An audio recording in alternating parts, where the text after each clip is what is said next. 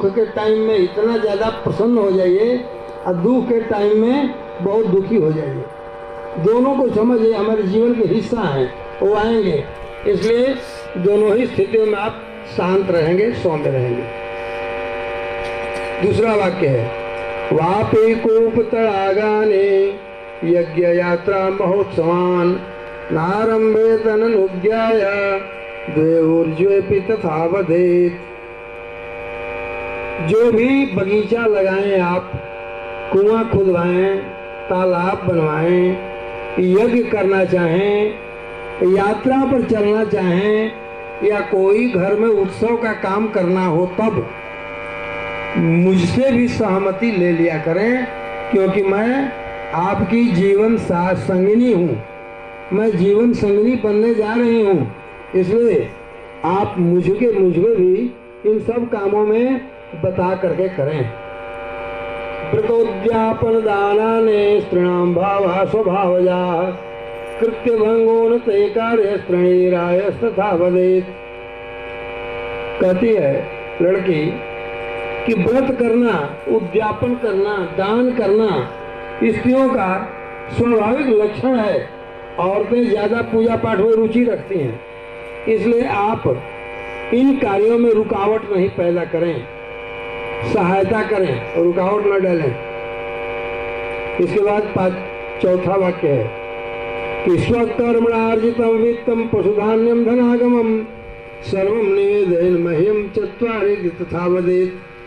कन्या कहती है, अपने परिश्रम से जो आप रुपया पैसा कमाएं, पशुओं को खरीदें या धन संपत्ति घर में ले आवें, वह सब कुछ आप मुझे निवेदित कर दें, मतलब वह सब कुछ मुझे दें। यह कन्या का चौथा वाक्य है।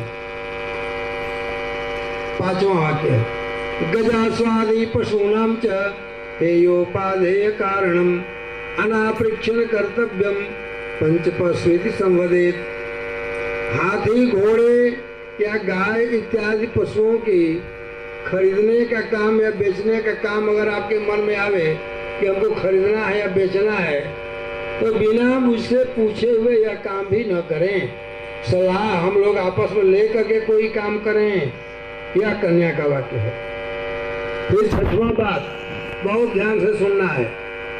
भूषणानि विचित्राणि रत्न धातुमयानि च दद्यात्म प्रतिगृह्णयात् षटित उपसंवदित। आपने आज मंडप में जो आभूषण माने गहने लड़की को दिए हैं, वह घर जाकर के लेंगे नहीं। यह कन्या का छठवां वाक्य है।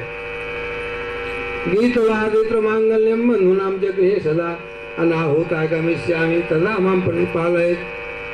मेरे भाई या पिताजी के घर में यदि कभी कोई गीत या कोई मांगलिक काम घर में होने लगेगा और किसी कारणवश वे लोग उसको नहीं भी बुलाएंगे, तो मैं अपना घर समझकर वहां जाऊंगी और आप इसमें रुकावट नहीं डालेंगे। यह कन्या का सातवां वाक्य है। अब ये तो कन्या के द्वारा कहे गए वाक्य हैं और वर को सुनना है, इसका यथासंभव पालन करना है। लेकिन अब वर के द्वारा भी 5 बात कहे जा रहे हैं लड़की के लिए, तो लड़की को भी सुनना है और उसका पालन करना है। वर क्या कहता है? क्रीड़ा शरीर संस्कार समाजोत्सव दर्शनम हास्यम परगृहेयानम त्यजत प्रोसित भर्तृका। वर कहता है कि तुम्हारे शरीर का जो भी सजावट है या सामाजिक उत्सवों में अपने घर से निकलकर दूसरे के घर जाना हो या किसी से हंसी मजाक या हंस हंस कर बात करना हो, तो वह मेरी उपस्थिति में ही होगा। मैं जब घर पर रहूं तभी ऐसा काम हो सकता है। मेरे न रहने पर न तुमको बहुत ज्यादा शरीर का सजावट करना है, न सामाजिक उत्सवों में भाग लेना है और न ज्यादा किसी से हंसकर बात करना है। इन सब कामों से अपने को अलग कर लेना होगा। विष्णुर्वैश्वानरः साक्षी ब्राह्मण ज्ञाति बांधवा पंचमम ध्रुवमालोक्य स साक्षित्वम ममागताः। लड़का कहता है कि देखो यह जो विवाह कार्य हो रहा है इसमें बहुत देवता लोग आए हैं, विष्णु भगवान हैं, वैश्वानर अग्नि देवता हैं, यहाँ पर ब्राह्मण लोग हैं, हमारे तुम्हारे परिवार के भाई बंधु हैं, और उत्तर दिशा में ध्रुव तारा है, ये सब हमारे शादी विवाह के गवाह हैं, वे साक्षी हैं, सब देख रहे हैं। इसलिए जो भी हम प्रतिज्ञाएं यहाँ पर करेंगे उसका जीवन में पालन करेंगे। तव चित्तम मम चित्तम वाचा वाच्यम न लोपयेत् प्रत्येक सर्वदा देयम हृदय स्वंगवरानने।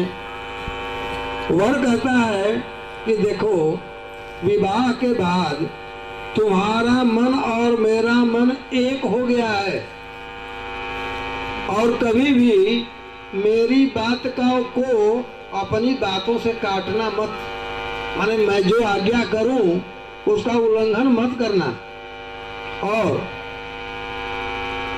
मेरी बातों को हमेशा अपने हृदय में रखना, ध्यान देना उस पर। फिर चौथा वाक्य है कि मम तुष्टिश्च कर्तव्या बंधुनां भक्ति रागरात ममाज्ञा परिपालेशा पातिव्रत परायणे। तुम्हें पतिव्रता धर्म का पालन यदि करना है तो मेरा यह आदेश भी मानना है कि मेरे घर में मेरे कोई रिश्तेदार या भाई बंधु आवे, उनका खूब बढ़िया से स्वागत सत्कार करना चाहिए, इसका पालन करना होगा। और पांचवा वाक्य है कि बिना पत्नी कथम धर्मम आश्रमाणाम प्रवर्तते तस्मात् त्वम विश्वस्ता भवा मंगगामिनी। कोई भी धार्मिक कार्य बिना पत्नी के हो